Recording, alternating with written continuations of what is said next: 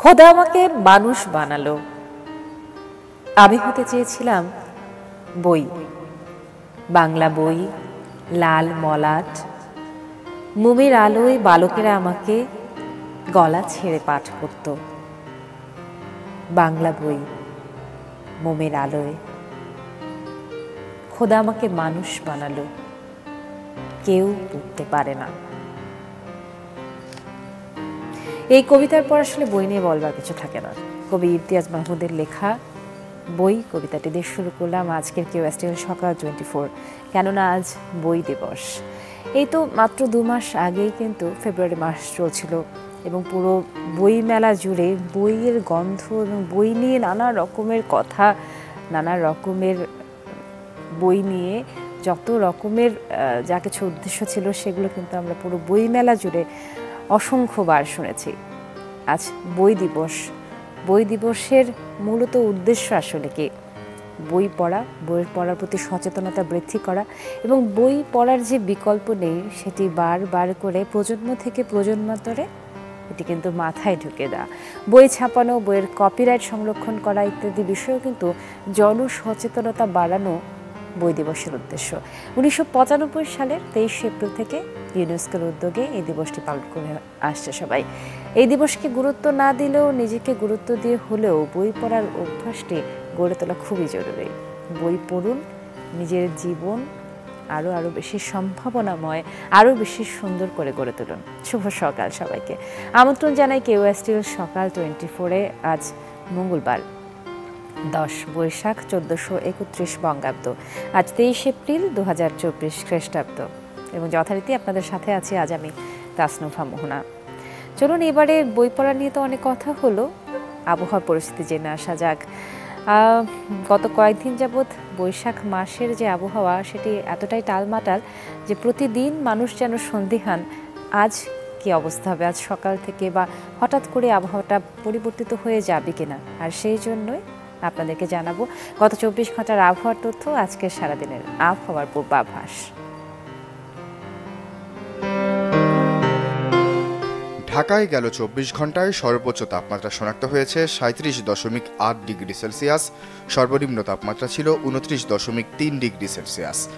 রাজশাহীতে সর্বোচ্চ তাপমাত্রা 40, সর্বনিম্ন 22.3, রংপুরে সর্বোচ্চ তাপমাত্রা 36, সর্বনিম্ন 24.5, ময়মনসিংহে সর্বোচ্চ তাপমাত্রা ছিল 36.3 ডিগ্রি সেলসিয়াস, সর্বনিম্ন তাপমাত্রা 26.5 ডিগ্রি সেলসিয়াস। সিলেটে গেল 24 ঘন্টায় সর্বোচ্চ তাপমাত্রা শনাক্ত হয়েছে 32.2 ডিগ্রি সেলসিয়াস, সর্বনিম্ন তাপমাত্রা ছিল 22.6 ডিগ্রি সেলসিয়াস। চট্টগ্রামে সর্বোচ্চ তাপমাত্রা 34.2, সর্বনিম্ন 28.6, খুলনায় সর্বোচ্চ তাপমাত্রা 40.6, সর্বনিম্ন 28.8, বরিশালে সর্বোচ্চ তাপমাত্রা শনাক্ত হয়েছে 36.9 ডিগ্রি সেলসিয়াস, সর্বনিম্ন 28.3 ডিগ্রি সেলসিয়াস। গেল 24 ঘন্টায় দেশের সর্বনিম্ন তাপমাত্রা শনাক্ত হয়েছে দিনাজপুরে 20.6 ডিগ্রি সেলসিয়াস, সর্বোচ্চ তাপমাত্রা ছিল চুয়াডাঙ্গায় 40.6 ডিগ্রি সেলসিয়াস। আজ সিলেট বিভাগের 2-1 জায়গায় অস্থায়ীভাবে দমকা হাওয়া সহ বৃষ্টি কিংবা বজ্রসহ বৃষ্টি হতে পারে, সেই সাথে কোথাও কোথাও শিলাবৃষ্টিও হতে পারে। এছাড়া দেশের অন্যত্র অস্থায়ীভাবে আংশিক মেঘলা আকাশ সহ আবহাওয়া প্রধানত শুষ্ক থাকতে পারে। বিরাজমান তাপ পরিস্থিতি অব্যাহত থাকবে। সারা দেশে দিনের তাপমাত্রা সামান্য বৃদ্ধি পেতে পারে এবং রাতের তাপমাত্রা প্রায় অপরিবর্তিত থাকবে। জলীয় বাষ্পের আধিক্যের কারণে অস্বস্তি বিরাজ করতে পারে। আবহাওয়ার খবরাখবরে এখন সব থেকে যে বিষয়টি নিয়ে মানুষ বেশি ব্যস্ত সেটি হচ্ছে তাপমাত্রা কত ডিগ্রি এবং সেটি কিভাবে প্রভাব ফেলছে আমাদের জনজীবনে। তাপমাত্রার কথা বলছিলাম, আর সেটি বলতেই আমার সংবাদপত্রের বেশ কিছু শিরোনাম আমি এর মধ্যে দেখে ফেলেছি। তার মধ্যে যেই শিরোনামটি প্রথমে আপনাদের সাথে শেয়ার করতে ইচ্ছে হলো সেটি হচ্ছে দৈনিক ইত্তেফাকে করা একটি সংবাদ শিরোনাম, সারা দেশে হাসপাতালে ধারণ ক্ষমতার দ্বিগুণ রোগী। আর কেন হচ্ছে এটি? কারণ গরমে সর্দি, কাশি, ডায়রিয়ায় ব্যাপক হারে আক্রান্ত হচ্ছে সবাই। হাসপাতালে পর্যাপ্ত স্যালাইন ওষুধ সরবরাহ নিশ্চিত করা হয়েছে, এটি বলছেন স্বাস্থ্যমন্ত্রী। যদিও পরিস্থিতি আসলে কি সেটি যদি আপনারা পুরো খবরটি পড়েন, প্রতিবেদনটি পড়েন, তাহলে হয়তো আমরা আজ করতে পারবো। আর যেহেতু আমরা এখানে সারা দেশের হাসপাতালের খবরাখবর নিয়ে কথা বলছিলাম, তাই এবারে চলে যাচ্ছি ঝিনাইদহে। ঝিনাইদহে হাসপাতালে ভিড় করছেন রোগীরা। আর এই বিষয়ে চলুন আরও বিস্তারিত জানা যাক। সাদ্দাম হোসেন আছেন আমাদের সঙ্গে। সাদ্দাম, শুভ সকাল। জানাই ঝিনাইদহের হাসপাতালগুলোতে ভিড় কেমন, এবং এই যে যেটা আমরা বলি যে ঋতু পরিবর্তনের কারণে মানুষের শরীরে যে প্রভাবটি পড়ে এবং প্রচণ্ড তাপদাহ চলছে, 40 ডিগ্রির নিচে আসলে কোনোভাবেই তাপমাত্রা কমছে না বেশ কিছুদিন হলো। কি অবস্থা হাসপাতালে জানতে চাই। তাবাসসুম, আসলে আপনি যেমনটি বলছিলেন, বেশ কয়েকদিনের তীব্র তাপদাহ এবং গরমে মানুষের জীবন কিন্তু অতিষ্ঠ হয়ে পড়েছে। সেই সাথে মানুষ কিন্তু বিভিন্ন রোগে আক্রান্ত হচ্ছে। তো আসলে আমি এখন দাঁড়িয়ে রয়েছি ঝিনাইদহের 250 শয্যা বিশিষ্ট জেনারেল হাসপাতালের শিশু ওয়ার্ডে। আসলে এই প্রচণ্ড গরমে মানুষ কিন্তু বিশেষ করে ডায়রিয়া, ঠান্ডা, কাশি, সর্দি, জ্বর সহ বিভিন্ন গরমজনিত রোগে আক্রান্ত হয়ে হাসপাতালে ভর্তি হচ্ছে।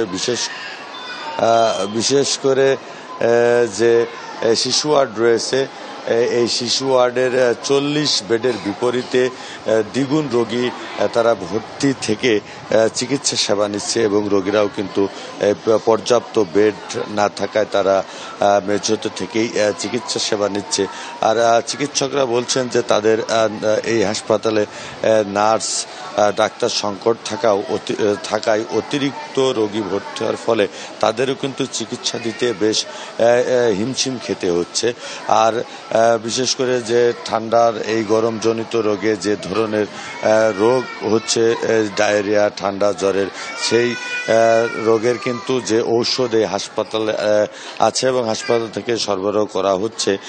তো আসলে এই তীব্র দিনের বেলায় যে তীব্র তাপদাহ এবং প্রচণ্ড গরম, এবং রাতের বেলায় এই তাপদাহ কিছুটা কম থাকে, এবং এই আবহাওয়ার এই পরিবর্তনের ফলেই কিন্তু রোগীরা বিভিন্ন রোগে আক্রান্ত হচ্ছে বলে চিকিৎসকরা বলছেন। তো আসলে তাসনুভা, বলা যায় যে এই তীব্র গরম এবং তাপদাহের কারণে আবহাওয়ার পরিবর্তন কিছুটা ঘটছে, ফলে কিন্তু বিভিন্ন রোগে মানুষ আক্রান্ত হয়ে হাসপাতালে ভর্তি হচ্ছে এবং হাসপাতালে অতিরিক্ত রোগীর চাপ রয়েছে। তো এই ছিল ঝিনাইদহের সর্বশেষ পরিস্থিতি। অসংখ্য ধন্যবাদ সাদ্দাম আমাদেরকে বর্তমান পরিস্থিতি সম্পর্কে অবগত করবার জন্য। এবং যেমনটি সংবাদ শিরোনাম পড়ছিলাম, আরও বেশ কিছু বিষয় জড়িত আছে, সেগুলো একটুখানি তুলে ধরতে চাই। দৈনিক ইত্তেফাক পড়া হচ্ছিল, সেখানে বলছিলাম যে তীব্র তাপদাহের কথা। সেখান থেকে চোখ ফিরিয়ে এবারে অন্য একটি প্রসঙ্গে যেতে চাই। উপজেলা পরিষদ নির্বাচন, যেদিকে সংবাদপত্রের শিরোনাম করেছে ইত্তেফাক। ভোটের মাঠে এমপিদের প্রত্যক্ষ পরোক্ষ নিয়ন্ত্রণ, দলীয় নির্দেশনা অমান্য করে এমপিদের ছেলে, ভাই, ভগ্নিপতি, ঘনিষ্ঠজন ভোটে। এদিকে যুদ্ধে ব্যবহৃত অর্থ জলবায়ুর প্রভাব মোকাবিলায় ব্যয় করুন বলছেন প্রধানমন্ত্রী। যথারীতি চলে যাচ্ছি সমকালে। সমকাল অসংকোচ প্রকাশের দুরন্ত সাহস। সমকাল যেটি শিরোনাম করেছে কিছুক্ষণ আগে, যেটি পড়ছিলাম, এমপি পুত্র সহ 25 প্রার্থী বিনা ভোটে জয়ের পথে। এবং এখানেও তাপদাহের কথা। সামনে তাপমাত্রার চাপ সামলানো কঠিন হবে। বাড়ন্ত তাপমাত্রা 1.5 ডিগ্রির নিচে রাখার লড়াই তামাম বিশ্বে, অথচ ঢাকায় 20 বছরে তাপমাত্রা 3 ডিগ্রি সেলসিয়াস বেড়েছে। অগ্রাধিকার পাচ্ছে বাণিজ্য, বিনিয়োগ ও ভূ রাজনীতি। প্রথমবারের মতো বাংলাদেশ সফর এলেন কাতারের আমির Sheikh Tamim bin Hamad Al Thani. চলে যাচ্ছি প্রথম আলোয়। প্রথম আলোতে যে শিরোনামটি এবারে পড়ছি, শেয়ার বাজার পরিস্থিতি। শেয়ার বাজার চলছে অস্থায়ী সিদ্ধান্তে সুফল নেই।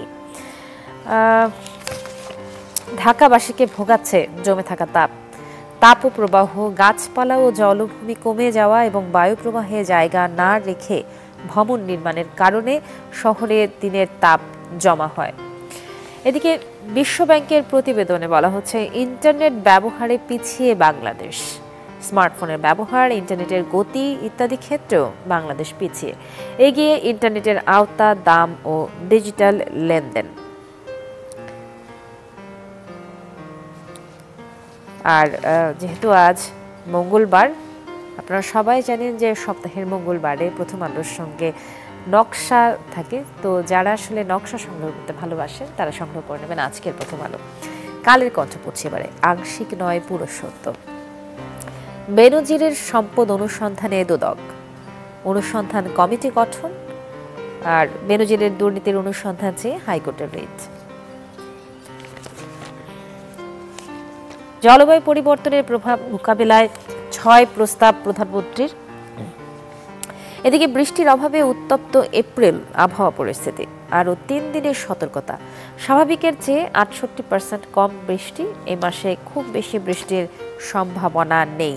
সবশেষে পড়ব বণিক বার্তা, তথ্যের অগ্রগতি। বণিক বার্তাতে বলা হচ্ছে, প্রত্যাহার হচ্ছে রেলওয়ের দূরত্ব ভিত্তিক রেয়াতি সুবিধা, বাড়তি ভাড়ায় রেল ভ্রমণ 4 মে থেকে। মালদ্বীপের নির্বাচনে চীনপন্থী মোহাম্মদ মইজুর নিরঙ্কুশ জয় এবং দুদিনের সফরে ঢাকায় কাতারের আমির। আজ প্রধানমন্ত্রীর সঙ্গে দ্বিপাক্ষীয় বৈঠক এবং সবশেষে শেষ করছি দুটো শিরোনাম দিয়ে। সাবেক আইজিপি বেনজিরের বিরুদ্ধে ওঠা অভিযোগ তদন্ত করবে দুদক এবং মাকে অভিভাবকের স্বীকৃতি দিয়ে নীতিমালা করতে হাইকোর্টের রুল।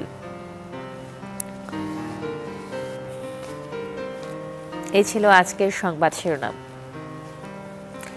এবারে চলে যাচ্ছি আমাদের পরবর্তী আয়োজনে।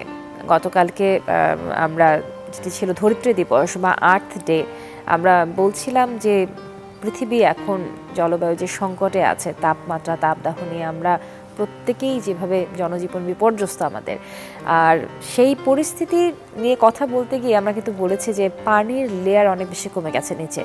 সেই বিষয় নিয়ে কথা বলবো এবারে।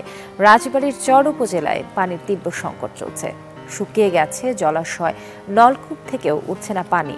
শেষ 2 সপ্তাহে পরিস্থিতি আরও ভয়াবহ আকার ধারণ করেছে। জনস্বাস্থ্য প্রকৌশল অধিদপ্তর বলছে এদিকে বৃষ্টি হলে কাটতে পারে সংকট, কিন্তু যেমনটি শিরোনামে পড়ছিলাম যে বৃষ্টি হওয়ার সম্ভাবনা এই মাসে খুবই কম। আসলে পরিস্থিতি কি সেটি জানাতে রাজবাড়ী থেকে সুমন বিশ্বাস যোগ দিয়েছেন আমাদের সাথে।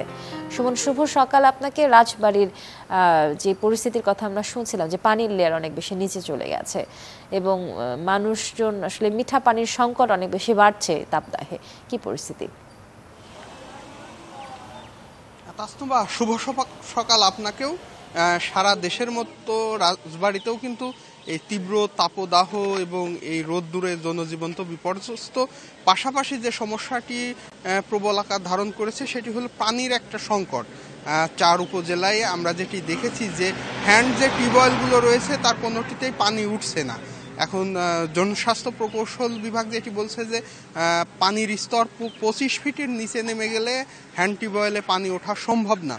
আমি এই মুহূর্তে যে বাজারটিতে রয়েছি, রাজবাড়ী সদর উপজেলার গান্ধীমারা বাজার, এই বাজারে কিন্তু একটি টিউবওয়েলেও কিন্তু পানি উঠছে না এবং এখানকার হোটেল, চায়ের দোকান তারা কিন্তু বাড়ি থেকে বা বিভিন্ন স্থান থেকে পানি এনে তাদের ব্যবসা বাণিজ্য পরিচালনা করছে এবং অনেকেই এই সংকটে কিন্তু বাড়িতে জল মোটর বসিয়েছে। কিন্তু সেই জল মোটরগুলো দুপুরবেলা অর্থাৎ বেলা বাড়ার সাথে সাথে রোদ যখন প্রখর হয় তখন কিন্তু সেই জল মোটরেও কিন্তু পানি ওঠে না। ফলে গবাদি পশু সহ গৃহস্থালী যে কাজকর্ম সেখানে কিন্তু একটা বড় সমস্যা হচ্ছে। আপনাকে আরেকটু জানিয়ে রাখি যে রাজবাড়ী 4টি উপজেলা কিন্তু পদ্মা নদীর তীরে অবস্থিত এবং বালিয়াকান্দি গড়াই নদীর তীরে অবস্থিত। এই যে বড় 2টি নদী সেখানে কিন্তু পানি নেই। পাশাপাশি রাজবাড়ির ভেতর দিয়ে বয়ে যাওয়া চন্দনা, হড়াই, চত্রা সহ যে খালগুলো রয়েছে সেখানেও কিন্তু পানি নেই। পাশাপাশি পুকুর বা ছোট যে জলাশয় সেগুলো ভরাট হয়ে গেছে। ফলে মানুষের গোসল সহ গবাদি পশুর যে কাজকর্ম সবই ভূগর্ভস্থ পানির উপর কিন্তু নির্ভর করতে হচ্ছে। সবকিছু মিলিয়ে যে পানির যে সংকট, এটা দিন যত যাচ্ছে তত কিন্তু আরো তীব্র হচ্ছে। তাসনুভা, অনেক ধন্যবাদ সুমন আমাদেরকে আপডেট জানানোর জন্য। রাজবাড়ী থেকে সুমন বিশ্বাস ছিলেন আমাদের সাথে এবং যেটি বলছিলেন তিনি যে পানির সংকট, তীব্র দাবদাহ, এই সমস্যাগুলো নিরসনে যেমন ব্যক্তিগত পর্যায়ে জনসচেতনতা অনেক বেশি জরুরি, ঠিক তেমনি বিশ্বায়নের যুগে বিশ্ববাসীকেও কিন্তু এগিয়ে আসতে হবে উন্নয়নশীল দেশের এই সমস্যাগুলো মোকাবেলায়। দেখছেন কেওয়াইস্টিল সকাল 24, সাথে আছে তাসনুফা মোহনা। এবারে বিজ্ঞাপন বিরতি আর তারপর ফিরে এসে অন্যান্য আয়োজন। কেওয়াইস্টিল সকাল 24-এ আরও একবার আমন্ত্রণ জানাই তাসনুফা মোহনা। আজ শুরু থেকেই নতুন নতুন আয়োজনের সাথে আছে আমি আপনাদের। বই দিবস নিয়ে শুরু করেছিলাম, তারপরে তাপদাহ, তাপমাত্রার বিষয়ে কথা বলছিলাম। এবারে একটি অন্য প্রসঙ্গ, 23 এপ্রিল ঠাকুরগাঁওয়ের জাটি ভাঙা গণহত্যা দিবস। এই প্রসঙ্গে এবারে কথা বলতে চাই। চাঁপাইনবাবগঞ্জের গোমস্তাপুর এবং রাজশাহীর তাহিরপুর গণহত্যা দিবস। মুক্তিযুদ্ধ শুরুর পর থেকে সাধারণ নিরীহ মানুষের উপর অত্যাচার শুরু করে পাকিস্তানি হানাদার বাহিনী, রাজাকার এবং আলবদরেরাও। এই নির্যাতন থেকে বাঁচতে ঠাকুরগাঁওয়ের বালিয়া, সুখানপুকুরি, জগন্নাথপুর, চকহলদি, সিঙ্গিয়া, চণ্ডীপুর, বাসুদেবপুর, মিলনপুর, গৌরীপুর, খামার ভোপলা, দিনাজপুরের বীরগঞ্জ উপজেলার পলাশবাড়ি ও পঞ্চগড়ের দেবীগঞ্জের বিভিন্ন গ্রামের কয়েক হাজার সংখ্যালঘু পরিবার ভারতে আশ্রয় নিতে সীমান্তে পাড়ি জমাচ্ছিল। এ সময় নদীর পাড়ে পাকিস্তানি হানাদাররা তাদের সারিবদ্ধ করে লাইনে দাঁড় করায়, তারপর ব্রাশ ফায়ারে নির্মমভাবে হত্যা করে প্রায় ২৫০০-এর মতো নিরীহ বাঙালিকে।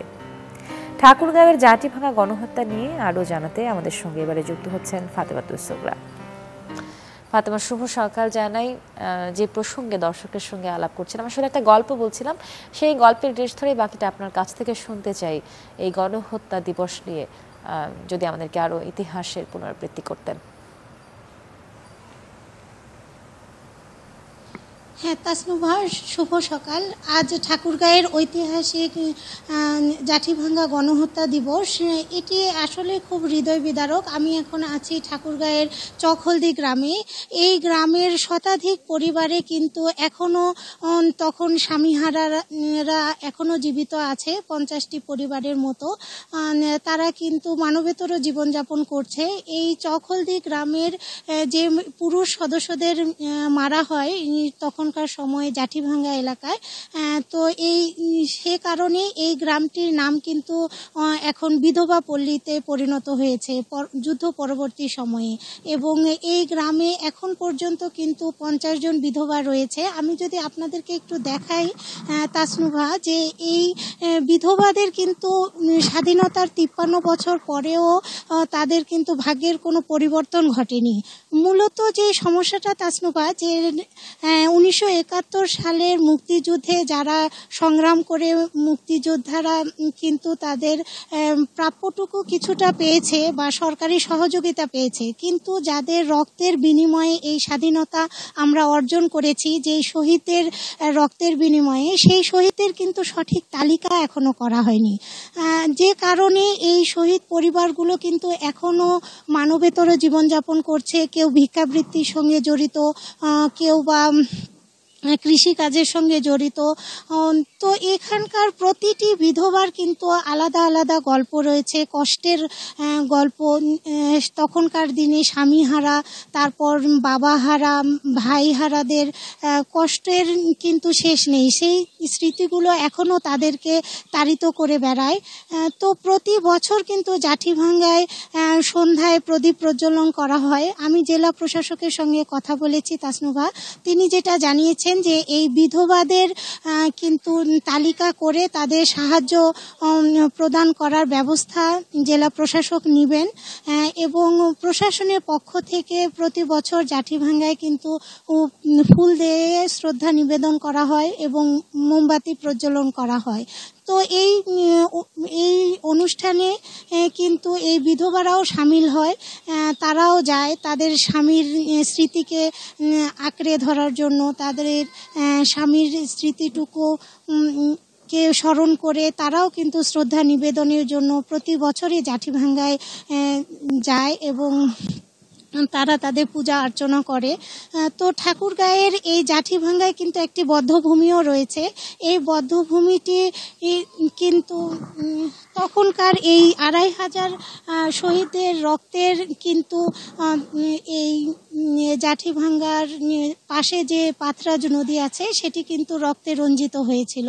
তো এই ছিল তাসনুভা এখানকার জাঠিভাঙ্গার গল্প। ফাতেমা, অনেক ধন্যবাদ আপনাকে। এবারে আপনাদেরকে অন্য একটি পরিস্থিতির সম্পর্কে অবগত করতে চাই। এবারে জানাতে চাই যে দেশের 7টি বন্যপ্রাণী অভয়ারণ্যের মধ্যে একটি কিন্তু মৌলভীবাজারের লাউয়াছড়া জাতীয় উদ্যান। প্রাণী আর উদ্ভিদ বৈচিত্র্যের এই সংরক্ষিত বনাঞ্চল এখন নিজেই যেন ক্ষতবিক্ষত। পর্যটকদের চাপ তো আছেই, সেই সাথে যত্রতত্র ফেলে রাখা পরিত্যক্ত প্লাস্টিক আর পলিথিন নষ্ট করছে মাটির উর্বরতা। ক্ষতিগ্রস্ত হচ্ছে বনের প্রাণ আর প্রকৃতি। সংশ্লিষ্টদের বিরুদ্ধে দায়িত্ব অবহেলার অভিযোগ পরিবেশ কর্মীদের। আব্দুর রবের তথ্য ও ছবিতে ডেস্ক রিপোর্ট। পর্যটকের ভিড়ে মুখরিত মৌলভীবাজারের লাওয়াছড়া জাতীয় উদ্যান। গেল ঈদ আর নববর্ষের ছুটিতে প্রায় ১৩,০০০ পর্যটক ভিড় জমায় এই সংরক্ষিত বনাঞ্চলে। কিন্তু এই হইচয়ে দিশেহারা বনের প্রাণী, সাথে হুমকিতে বনের প্রাণ, প্রকৃতি আর উদ্ভিদরাজি। কেননা পর্যটকদের ফেলে রাখা চানাচুর, চিপসের প্যাকেট, প্লাস্টিকের বোতল আর পলিথিনে ভরে গেছে চিরহরিত এই বন। পর্যটকরা আসে, তারা আসলে যেখানে সেখানে ময়লা ফেলে, যেটা আসলে আমাদের প্রকৃতির জন্য অনেক ক্ষতিকর। বনের ভিতর দিয়ে এই রেল লাইনের শব্দ এই বনের পরিবেশকে নষ্ট করছে এবং লোকজন যে পরিবেশ সচেতনতা আরো বাড়াতে হবে। এরা এলাকার এবং ভিন্ন জেলা থেকে আসে, চিৎকার, পশু পাখি ভয়ে এখানে থাকে না। ভিতরে যেন কোনো ধরনের নোংরা কোনো কিছু ফেলানো না হয়, তাতে আমাদের প্রাকৃতিক ভারসাম্যটাও নষ্ট হচ্ছে, পরিবেশটাও নষ্ট হচ্ছে। ইভেন কি যে আমাদের অনেক আছে, পশু পাখি আছে, ওদেরও ক্ষতি হচ্ছে। কিন্তু 2 থেকে 3টা ডাস্টবিন থাকলেও তা প্রয়োজনের তুলনায় খুবই কম। যাদের দেখার দায়িত্ব তারা ঠিকমতো দায়িত্ব পালন করছেন না বলে অভিযোগ পরিবেশ কর্মীদের।